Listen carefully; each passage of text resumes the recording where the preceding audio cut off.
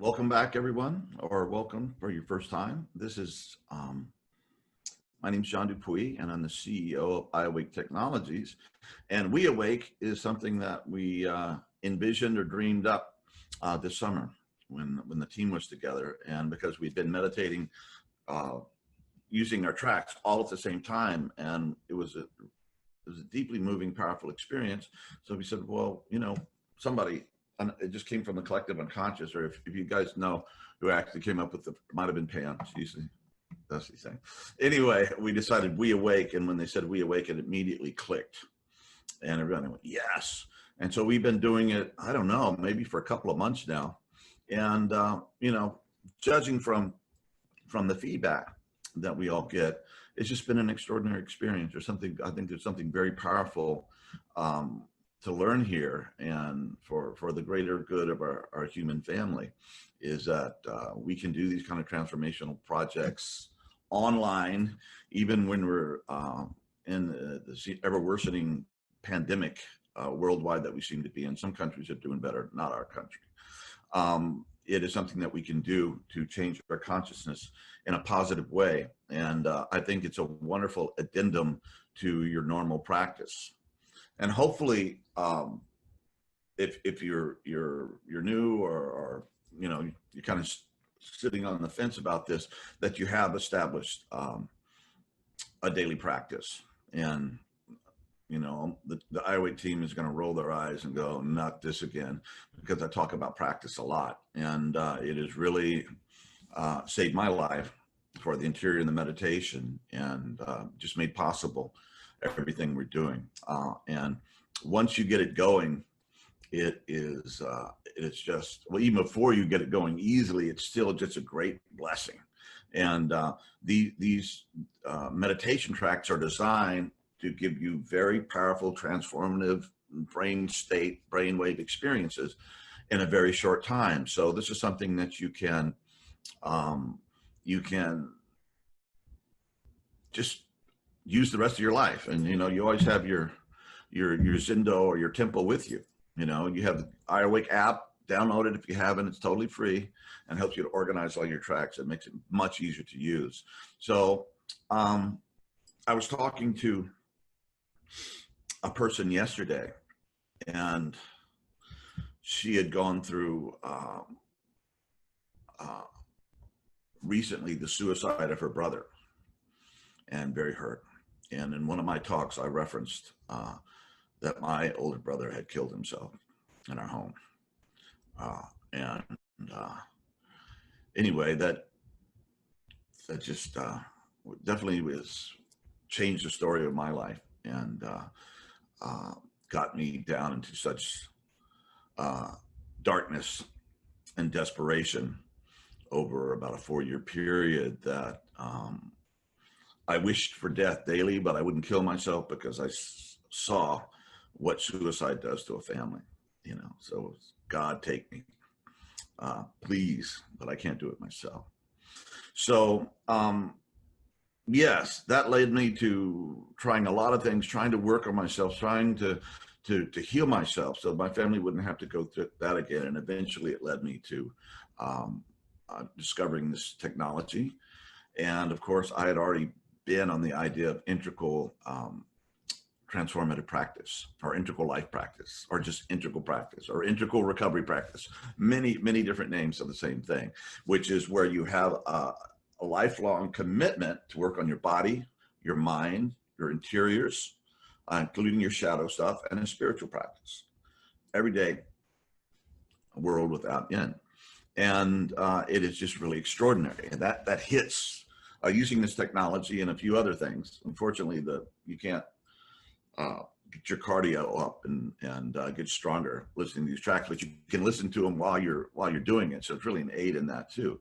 But that commitment, instead of just, and normally if we do discover practice, we confine our practice to whatever we want to get good at, which makes total sense. You want to be a great tennis player, you just put in the hours. You want to be a great guitar player, physician, you name it. It just takes effort and time and time and time. And so what happens, we have people who have really achieved extraordinary things like Jimi Hendrix. I saw a documentary on him. He's a big hero of mine, guitar-wise. And they said that he put 20 years or 25 years of guitar playing into 5 years, because that's how dedicated he was to practice. He'd be asleep in the bed with a guitar on him. He would just walk around, go to the bathroom, everywhere his guitar, working on stuff. And what he came up with changed the whole world of electronic music and guitar playing forever. And we still haven't equaled what he pulled off.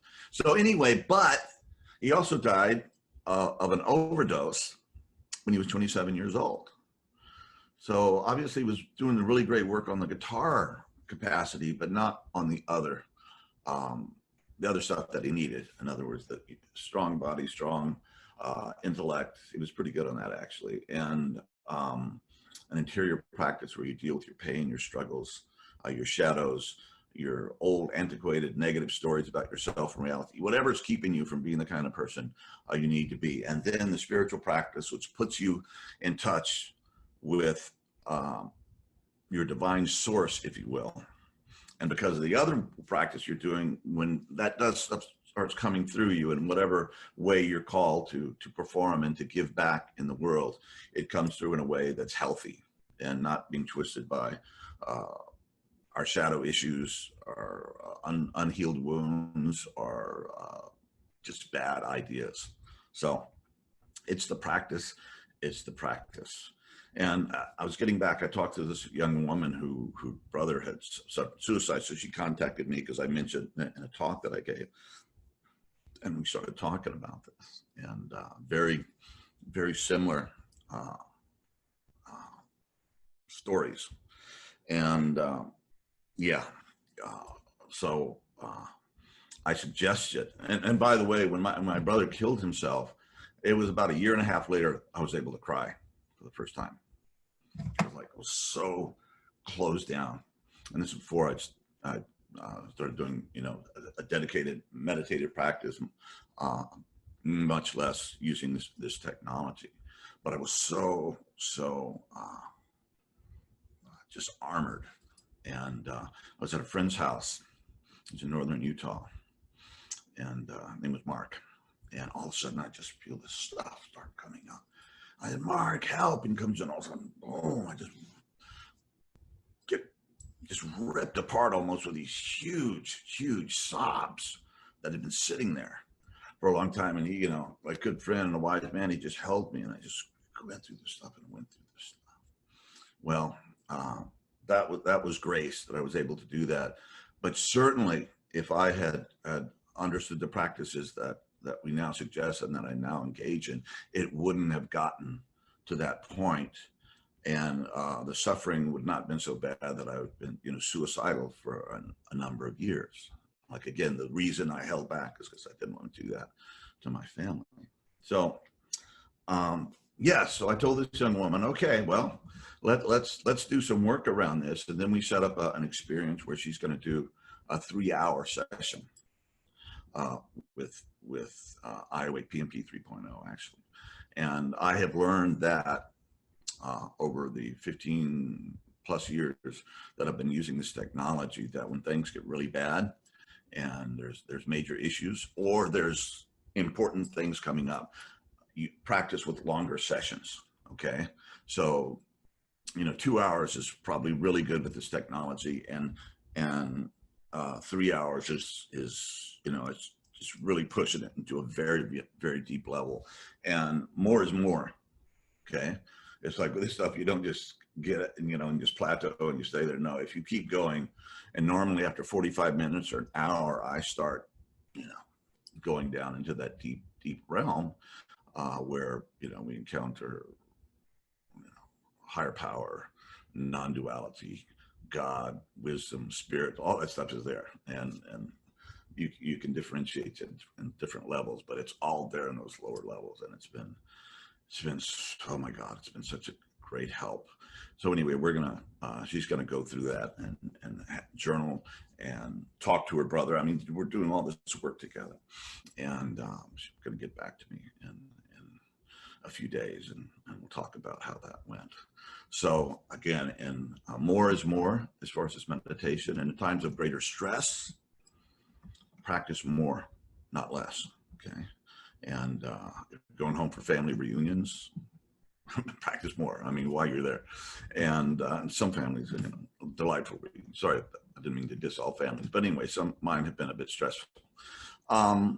So, and in addition to what I'm suggesting, that if you have powerful things happening, and I think the whole planet has powerful things happening, so you probably apply if you're walking, talking, breathing a human being on the planet right now.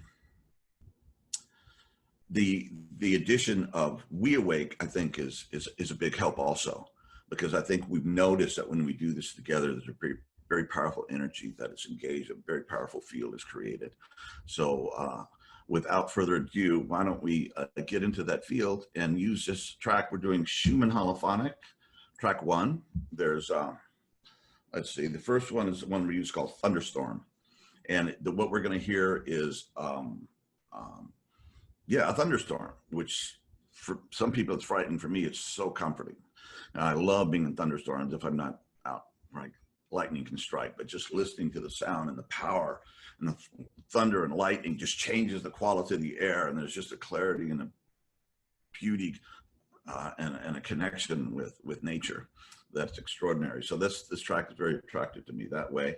And it is a Schumann holophonic, which is said to be the resonance of the earth, something along those lines. It's a much more technical answer than that, but that's a general idea. And it's right at alpha, between alpha and theta, okay, which are two very powerful notes. So it's at that borderline, and I think you can get all kinds of good things out of this. But let's use this time together as a time to heal, to deal with all the stressors of life right now. Life is, you know, even when in normal times, if there's such a thing, it's hard, but right now it's particularly difficult. So let's put our hearts and minds together and see if we can do some good healing work that will resonate out to all our brothers and sisters everywhere who need it. So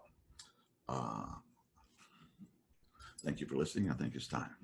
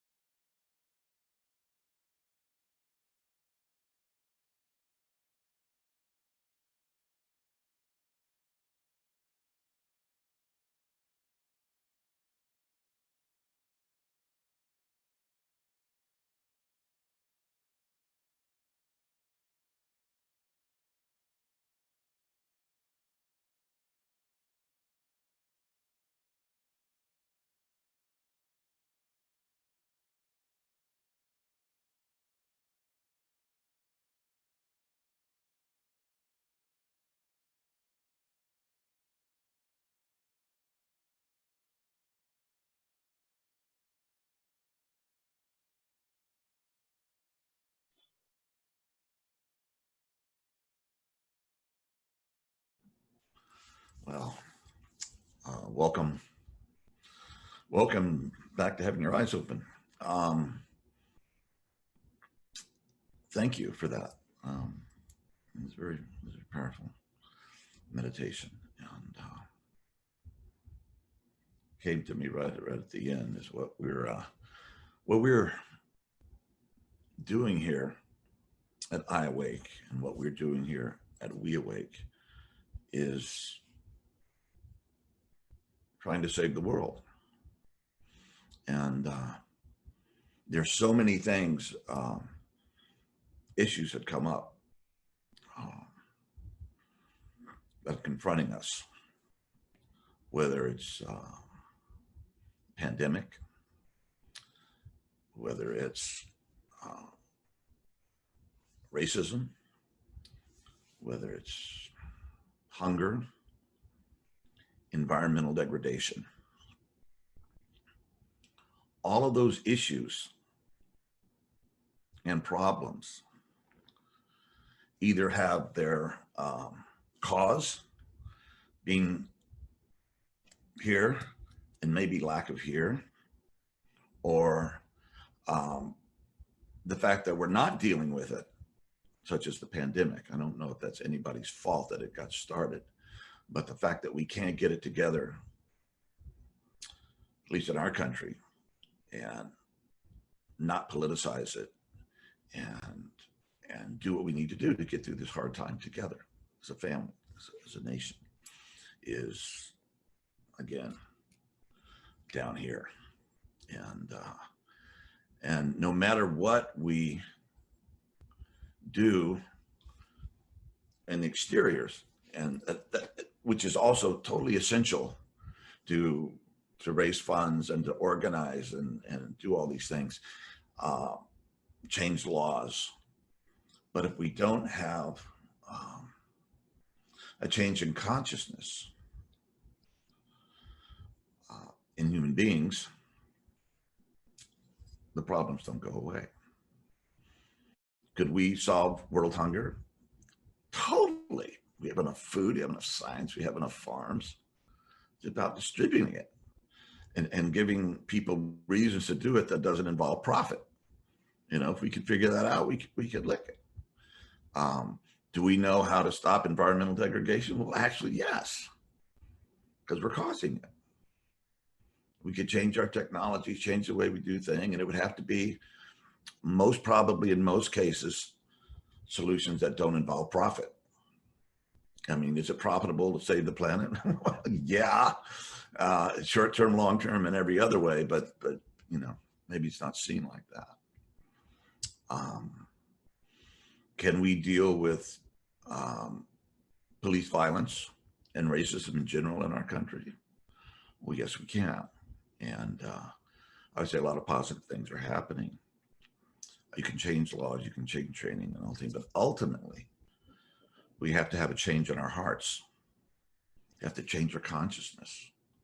We have to develop compassion, which means the capacity to feel the suffering of others. Because it was just those other people over there, they're suffering. Well, you know, well, that's too bad, but what's it got to do with me? Well, when you have compassion, you suffer with, and it becomes your issue. And therefore the solution becomes your issue too, and your responsibility. So that to say that the work we're doing is very serious. It's real and it matters, because if we don't change our consciousness and change the way we experience life, we're not going to get through these solutions. And do all of us have to just change and become enlightened beings overnight? It would be nice, but has anything like that ever happened? No. Is it likely to happen any short time? No. But if enough of us do the work and begin to move into these higher levels of consciousness that's already been largely mapped and that we know exist, okay, scientifically, then we could make a huge impact, make a huge difference. And normally in studying levels of human consciousness and how they've developed historically different value systems, and as we've grown and evolved as a species, and as it all replicates in our individual growth also, however far we go or how far we don't. But the scientists and the historians that study these things, they say that when about 10% of the population get to this next level, emerging level, that's kind of cutting edge consciousness. And right now we'd probably say that's integral consciousness, where you can hold all these different perspectives and put them together and make wise decisions about the values and how to proceed without neglecting anything that's essential. That's part of integral consciousness. But if we can move to 10% getting there, that's going to make a huge tipping point, and things begin to change. They say when the American Revolution was happening, the modernity that is reflected in, which was cutting edge consciousness at that time, in 1770s and 1780s, when this stuff was being done, only about 10% of the people in the colonies were really at that level. And luckily enough, we had a group of pretty enlightened men, and they put together something that has continued to change the world ever since: democracy as a form of government. And some of the native tribes had things that were much more democratic than we were used to in Western Europe. But generally speaking, modern democracy came from the American Revolution and has continued to influence the world. And only about 10% of the people got it. As you know, we didn't deal with a lot of things. We didn't deal with slavery, for example, because they knew they couldn't deal with it then, or the whole, we'd never get our independence from England, and we couldn't come together. So they delayed that for a generation or two. And we ended up paying the bloody price for that in the Civil War. And you might say the Civil War was never quite resolved, and we're in that war. But I'd suggest the battlefield that we need to be fighting these battles are in each of us, in our own interiors. And how do we do that? Is there a magic formula? Can you be touched with an ostrich feather by a guru? Perhaps, but I've never seen that work. Is interior daily practice, where we become the best versions of ourselves, and we confront our own issues, and we confront the issues of our times inside, and begin that transformation so that we can move out to the exterior and do that work. So I think that's about it for today. So it's a big challenge. And just to give you an idea of how serious I feel this is. So please, I guess this is on Facebook, whatever, put like or share it with your friends. And so I think the more, if we have 100 people meditating together, it's very proud. If we have 1,000, that's terrific. If we get 100,000 and we get 1 million, we're halfway home. We're going to change the world. So, yeah, and I'm just discovering Facebook. I'm a bit slow on that one. Just when Facebook is no longer cool, John Dupuy discovers it. It's like, timing, folks. But anyway, yeah, put like, share, folks, and you might want to share people who've never done this type of meditation before, just to get a taste of it. It can be very helpful and very inspiring. And remember to use earbuds and headphones. I should say that at the beginning of the talk, not at the end, and have a comfortable place, and set your time and your sacred meditation spot for your individual work and for the work that we do in the meditation and the prayer that we do here together. So, hey, thank you very much. We love you guys. Totally respect what you're doing, and your struggles and our struggles, and the victories we're having and the challenges we're meeting. So hopefully we'll see you again next time. And in the meantime, don't forget, do not neglect your daily transformational practice, because that is the gift that you give us all, and it is a gift that keeps on giving. So thank you. God bless.